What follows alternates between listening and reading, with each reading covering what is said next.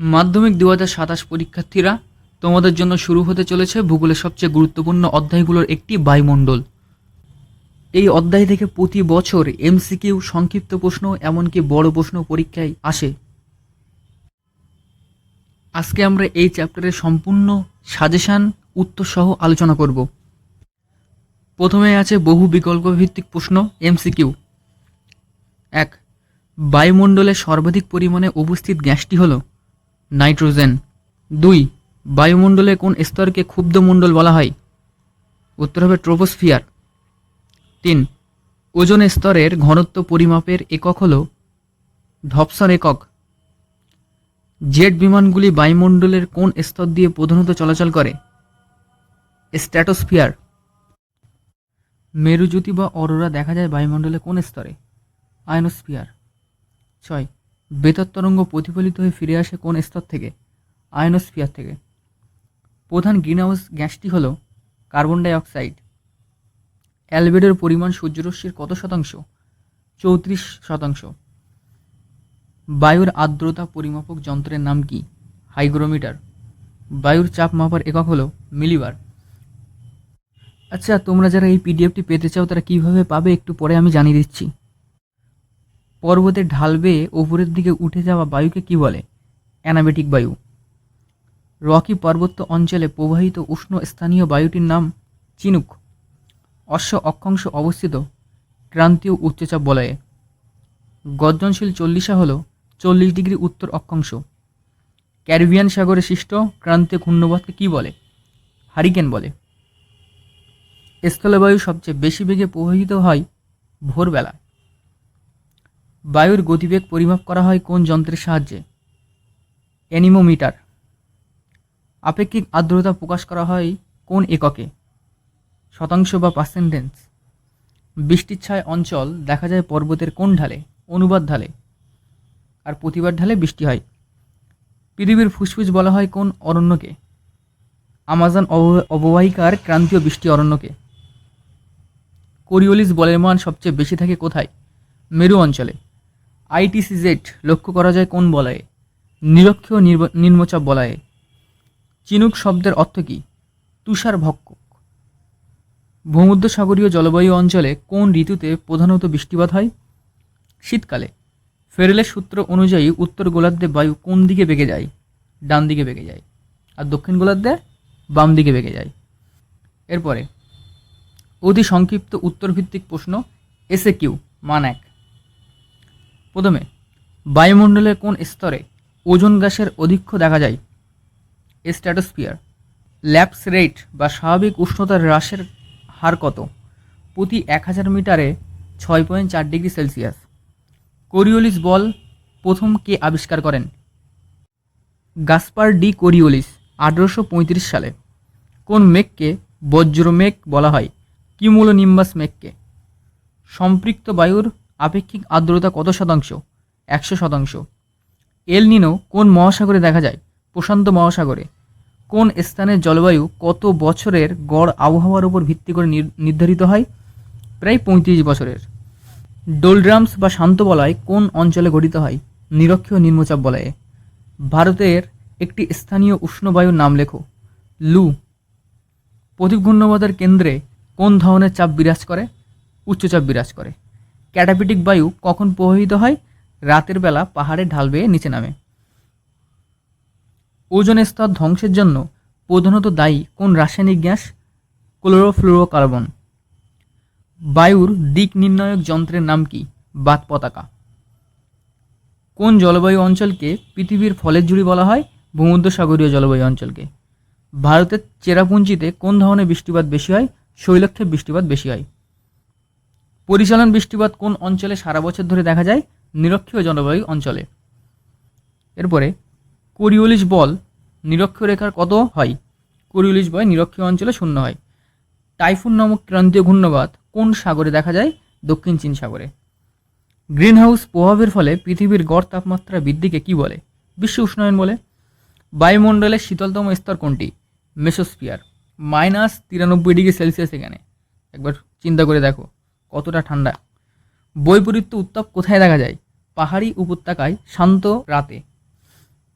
কার্যকরী সৌর বিকিরণের পরিমাণ কত শতাংশ? 66%। বাণিজ্য বায়ু অপর কি নামে পরিচিত? আয়ন বায়ু। ঘনীভবনের একটি রূপের নাম লেখো। শিশির বা কুয়াশা। ভূমধ্যসাগরীয় জলবায়ু অঞ্চলের প্রধান বায়ু প্রবাহ কোনটি? পশ্চিমা বায়ু। এরপরে সংক্ষিপ্ত উত্তরভিত্তিক প্রশ্ন মান 2। 1 নম্বর, ইনসোলেশন বা সূর্যরশ্মির তাপীয় ফল কাকে বলে?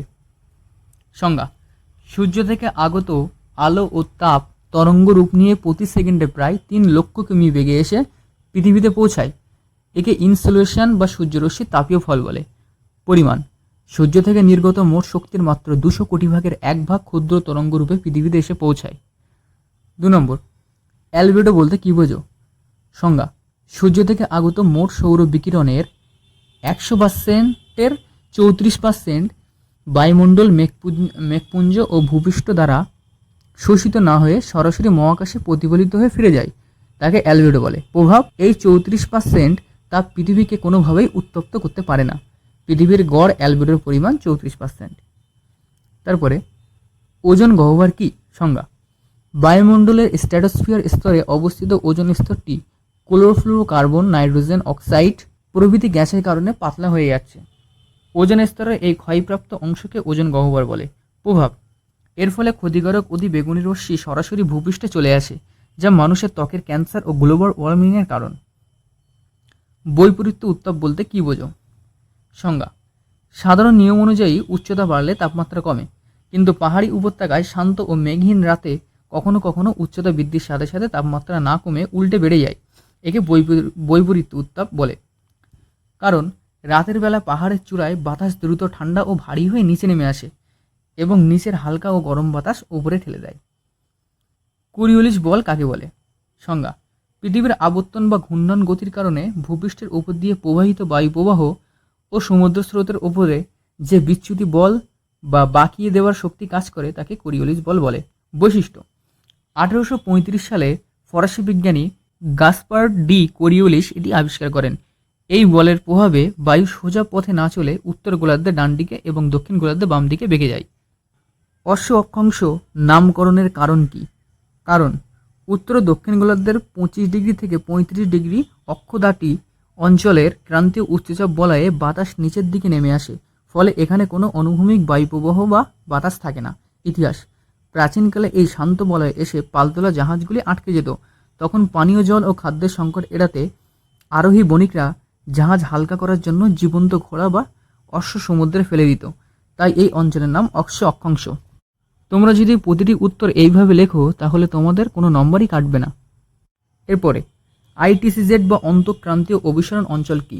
নিরক্ষরেখার দুই পাশে 5 ডিগ্রি উত্তর থেকে 5 ডিগ্রি দক্ষিণ অক্ষাংশে উত্তর পূর্ব আয়নবায়ু এবং দক্ষিণ পূর্ব আয়নবায়ু এসে একে অপরের সাথে মিলিত বা অবিস্তৃত হয়। এই অঞ্চলকে আন্তঃক্রান্তীয় অভিসরণ অঞ্চল বা আইটিসিজেড বলে। বৈশিষ্ট্য: এখানে প্রবল উষ্ণতার কারণে বায়ু হালকা হয়ে উপরে উঠে যায়, ফলে ভূপৃষ্ঠের সমান্তরালে কোনো বাতাস বয় না এবং শান্ত ভাব বিরাজ করে। আপেক্ষিক আর্দ্রতা ও চরম আর্দ্রতার পার্থক্য লেখো। চরম আর্দ্রতা: নির্দিষ্ট উষ্ণতায় নির্দিষ্ট পরিমাণে বায়ুতে মোট যে পরিমাণ জলীয় বাষ্প থাকে তাকে চরম আর্দ্রতা বলে। আর নির্দিষ্ট উষ্ণতায় বায়ুতে উপস্থিত জলীয় বাষ্প এবং ওই বায়ুকে সম্পৃক্ত করতে প্রয়োজনীয় জলীয় বাষ্পের অনুপাতকে বলে আপেক্ষিক আর্দ্রতা। একক: এটি গ্রাম পার ঘনমিটার এককে প্রকাশ করা হয়। আর আপেক্ষিক আর্দ্রতা এটি শতকরা বা শতাংশ এককে প্রকাশ করা হয়। বৃষ্টির ছায়া অঞ্চল কিভাবে সৃষ্টি হয়? জলীয় বাষ্পপূর্ণ বায়ু পর্বতের যে ঢালে বাধা পেয়ে ওপরে ওঠে এবং বৃষ্টিপাত ঘটায় তাকে প্রতিবার ঢাল বলে। এই বায়ু যখন পর্বত পার হয়ে উল্টো দিকে চলে, উল্টো দিকের ঢালে পৌঁছায়, তখন তাতে জলীয় বাষ্পের পরিমাণ খুব কমে যায়। ফলাফল: নিচে নামার কারণে বায়ুর উষ্ণতা ও জলীয় বাষ্পের ধারণ ক্ষমতা বেড়ে যায়, ফলে এই অনুবাদ ঢালে প্রায় বৃষ্টিই হয় না। এই শুষ্ক অঞ্চলকে বৃষ্টির ছায়া অঞ্চল বলে, যেমন শিলং, মেঘালয়ের। অ্যানাবেটিক ও ক্যাটাবেটিক বায়ু দুটি পার্থক্য উল্লেখ করো। অ্যানাবেটিক বায়ু সময় অধিক। এটি দিনের বেলা উপত্যকা থেকে গরম হয়ে পাহাড়ের ঢাল বেয়ে উপরের দিকে ওঠে। ক্যাটাবেটিক বায়ু: এটি রাতের বেলা পাহাড়ের চূড়া থেকে ঠান্ডা ও ভারী হয়ে ঢাল বেয়ে নিচের দিকে নেমে আসে।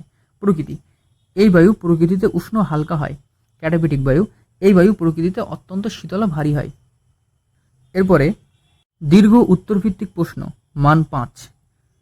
1 নম্বর, উষ্ণতার তারতম্যের ভিত্তিতে বায়ুমণ্ডলে স্তর বিন্যাস করো এবং যে কোনো দুটি স্তর সংক্ষেপে আলোচনা করো।